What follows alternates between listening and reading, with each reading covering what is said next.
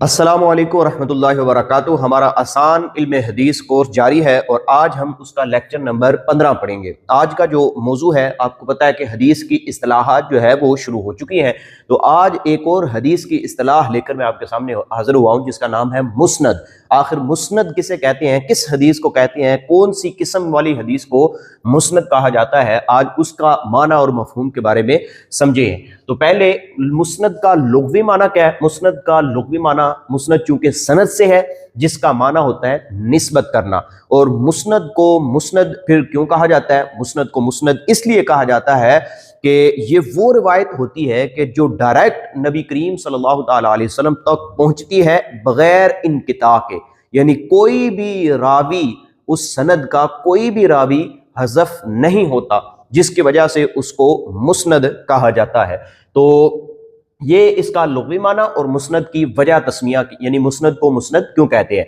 अब मुस्नद की तारीफ क्या है, इसको भी ज़रा गौर से देख लें, और ये अरबी वाली जो तारीफ है इसको याद कर लें, इसका तर्जुमा ज़हन में रखकर, तो इंशाअल्लाह ये हमेशा याद रहेगी कि मुस्नद की तारीफ हुआ मा इत्तसल सनदुहु मरफूअन इलन नबी सल्लल्लाहु ताला अलैहि वसल्लम बिगैरिल मौकूफी वल मक़तूई वलौ इत्तसल सनदुहु मा।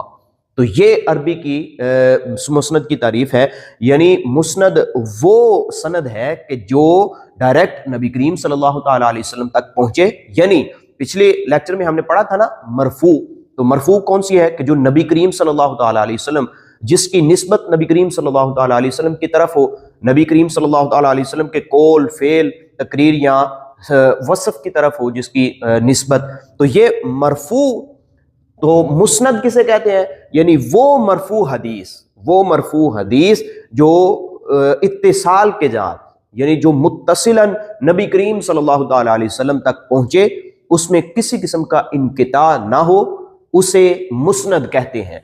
मौकूफ और मकतू अगरचे उनकी सनद में इत्तिसाल हो, उनकी सनद में मुत्तसिल हो, मुत्तसिलन जो है वो मौकूफ साहबी तक पहुंच रही हो और मकतू ताबई तक पहुंच रही हो, अगरचे ऐसा हो, लेकिन उसको हम मुस्नद नहीं कहेंगे। मुस्नद उसे कहते हैं कि वो मरफू हदीस, वो मरफू सनद, वो मरफू हदीस, वो मरफू रवायत कि जिसकी सनद में इत्तिसाल हो, जो मुत्तसिलन नबी करीम सल्लल्लाहु ताला अलैहि वसल्लम तक पहुंच रही हो, उसे मुस्नद कहा जाएगा। मौकूफ या मकतू में अगरचा इस इत्तिसाल हो, उसे हम जो है वो मुस्नद नहीं कहेंगे। मुस्नद उसे कहेंगे वो मरफू हदीस जो मुत्तसिलन नबी करीम सल्लल्लाहु ताला अलैहि वसल्लम तक पहुंच रही हो और उसमें किसी किस्म का इनकिता ना हो।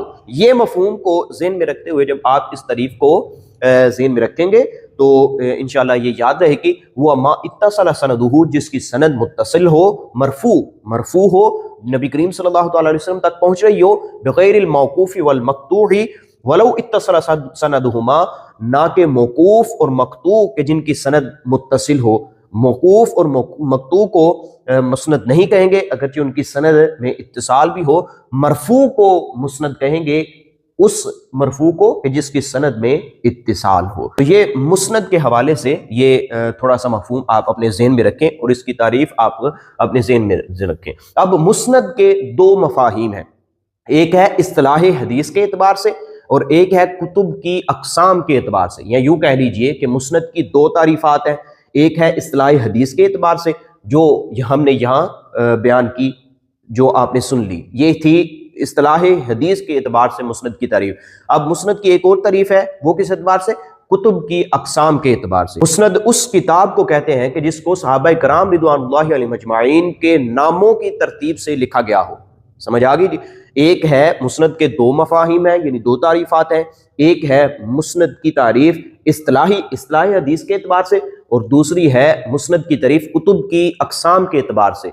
और कुतुब की अक़साम के एतबार से जो तारीफ है वो ये है कि मुस्नद उस किताब को कहते हैं जिसको सहाबा किराम रिदवानुल्लाहि अलैहिम अजमाइन के नामों की तरतीब से लिखा गया हो, यानी उसमें किसी सहाबी की रवायात को जमा कर दिया गया हो और उस किताब का जो नाम है, टाइटल है, उसको उस सहाबी के नाम पर जो है वो रख दिया गया हो, जैसे मुस्नद अबी बकर और मुस्नद अली रज़ी अल्लाह ताला अन्हुमा। तो ये जो है वो मुस्नद की कुतुब के एतबार से جو ہے وہ ایک مفہوم ہے، کتب کی اقسام کے اعتبار سے اس کی ایک تعریف ہے۔